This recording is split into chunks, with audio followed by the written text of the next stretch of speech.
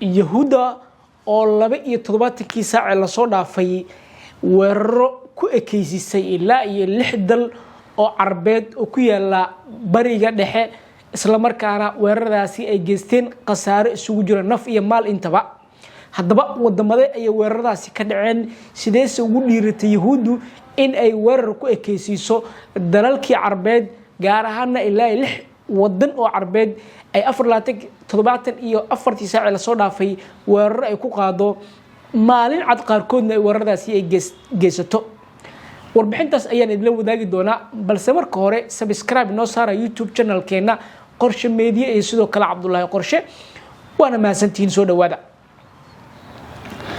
sida alla socotaanba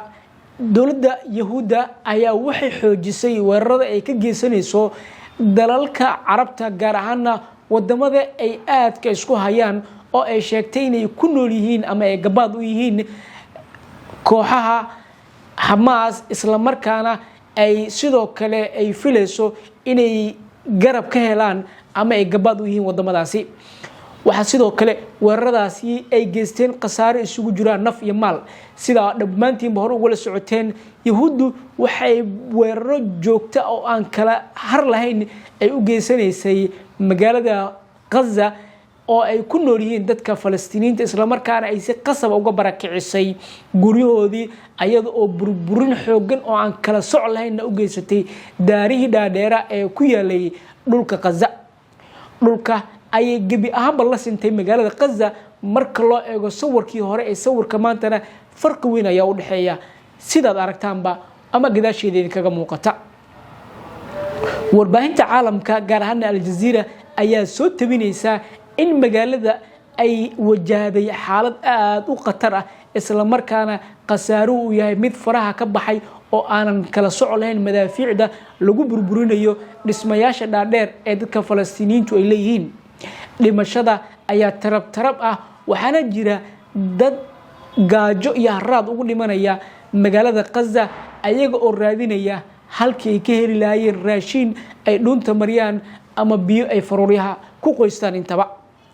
24 saac la soo dhaafay waxa la sheegay in ku dhawaad 50 qofood madaafiic lagu dilay ayaga oo raadinaya goob ay ka soo qaataan raashin lagu qaybinayay ama ay ka helaan biyo cabaan waxa qaarkood ku jiray carruur aad u yar oo si arxan darro ay yahuudu ugu garaacday madaafiic isla markaana aysan u aabayeelin halkaasi carruurtaasi waxay u joogeen iyo wax ay raadinayeen intaba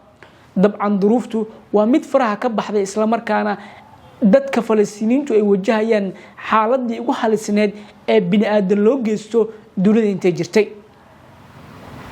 Israa'iil ama yahuudu kaliya kuma ekaan dhulka Falastiiniyiinta ee waxay sidoo kale weeraradaasi ku qaaday dhul Carbeed oo ay ka mid yihiin dalal dhowr ah oo 24 saac la soo dhaafay si aan kala joogsileen madaafiic ay ugu garaacday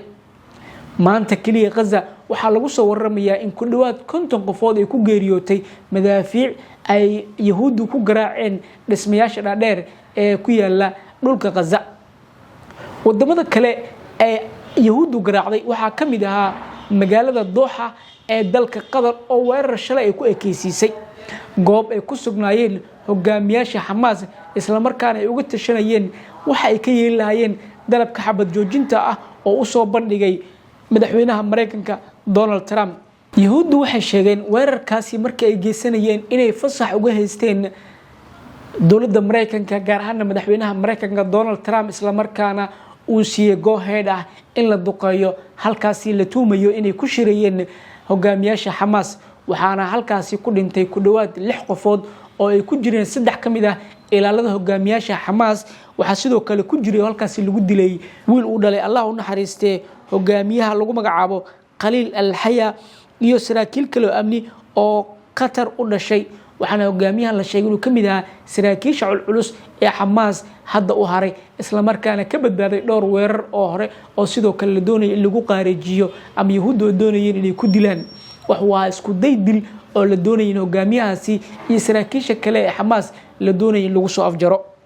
waxa sidoo kale ku dhintay halkaasi dad shacab ah oo u dhashay dalka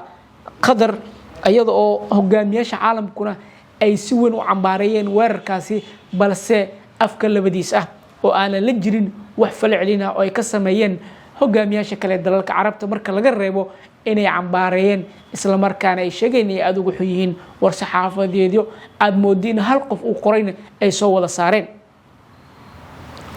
waxaa taasi si lamid ah looga jawaabay dalal badan oo Afrika ah oo ayagu ku dhooda cambaareeyay waxaa ku jira dalalka reer galbeedka waxa cambaareeyay oo ay ka mid yihiin dalalka aad u taageera Yahuudda oo isla markaana ku garab taagan weerarada ay ka geysanayso dhulka Gaza iyo gumaadka aysan u kala soocin shacabka dhulka Falastiin ku nool dalalka kale ee Yahuuddu weerartay waxaa ka mid ah magaalada lagu magacaabo ama wadanka Yemen waxay ka geysteen duqeyno aan kala sooc lahayn waxaa duqeymahaasi ay ka dhaceen caasimadda wadankaasi Yemen ee Sanca iyo sidoo kale gobolada Al-Juf lagu magacaabo ayadoo bartilmaameedkoodu ahaa meelaha ciidan ee keedad shidaal oo ay lahaayeen kooxaha Xuutiyiinta sida la rumaysan yahay waxaa sidoo kale ay weerareen xarun warbaahineed oo Xuuti ah xogaga Xuutiyiintan ayaa sheegay in weerarkaasi ay ku dhinteen ugu yaraan 9 qof halka in ka badan 100 qofna ay dhaawacyo ka soo gaareen wadamada kale ee Yahuuddu weerareen waxaa ka mid ahaa wadanka Tunisia oo 2 weerar oo xigta ay ku qaadeen wax ka yar 24 saacadood dooni la sheegay inay siday shaqaale gargaar oo u socday magaalada Gaza isla markaana doonida ay weeraradaas u geysteen ama ay ku duqeeyeen diyaarada drone ah oo ay soo direen weeraradaasi waxay ahaayeen kuwa isxigxiga oo waqti yar oo kooban u dhaxeeyay isla markaana xilli habeen ay weerareen muuqaalo la soo bandhigay ayaa waxa la arkayay in doonida ay saarnaayeen shaqaalahan iyo sidoo kale gargaarkii ay wadeen wax uga yimaadeen dusha sare taasoo la rumaysan yahay ama shaqaalaha ay sheegeen inay ahayd drone la soo diray isla markaana ka timid dhinaca Israa'iiliyiinta ama Yahuuddu ay doonayeen inay ku dhibaateeyaan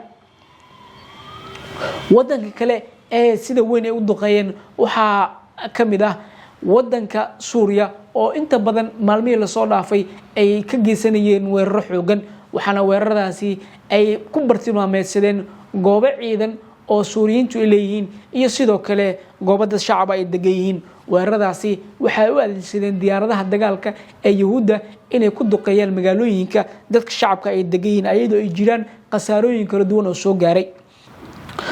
wadanka kale waxa uu ahaa koonfurta Lubnaan ay sidoo kale Yahuuddu weerar ka geysteen waxaana ay sheegeen inay halkaasi ay ku dhibaateeyeen ama ay dileen saraakiil Xisbullah ka tirsan iyo sidoo kale dad shacab ah 2 xilliyo kala duwan ayay weeraradaasi geysteen magaalooyin kala duwan ayay ka geysteen qasaare kala duwan oo naf iyo maal isugu jira ayay weeraradaasi u geysteen Yahuuddu marka si guud loo fiiriyo waxay xoojisay weerarada ay u geysanayso dhulalka muslimiinta ay ku nool yihiin gaar ahaan wadamada Carabta ayay aad u bartilmaameedsanaysaa waxaana muddo in adduunku uu ku fiirsanayo dhibaatada iyo gumaadka iyo xasuuqa ay u geysanayso dadka rayidka ah ee ku nool dhulka Falastiiniyiinta iyo barakicinta xoogan ee halkaasi ka wadaan waxa sidoo kale aad loogu fiirsanayay Yahuudda oo aad moodidba in la dhacsan yahay dhibaatooyinka ay u geysanayso dhulka Falastiiniyiinta burburka xoogan iyo barakicinta halkaasi ka wado dadku waxay u geeriyoonayaan gaajo iyo haraad ayada oo sidoo kale laga xanibay gurmadkii gaari lahaa isla markaana Israa'iil ay ku beegsanayso goob walba u aragto in halkaasi gurmad laga gaarsiinayo hore waxa loo xasuustaa in goobo badan oo la doonayay in dadka dhibaateysan loogu sameeyo gurmad iyo gargaar ay Israa'iiliyiintu ama Yahuuddu beegsadeen kuwaasoo qaarkood ku yaalay dhulka Falastiiniyiinta iyo qaar magaalooyin ka baxsanba ku yaalay aad ma santiin wax mar kale idin ka codsanayna ina subscribe noo saartaan YouTube channel-keena Cabdullaahi Qorshe iyo Qorshe Media mar kale ma sanidin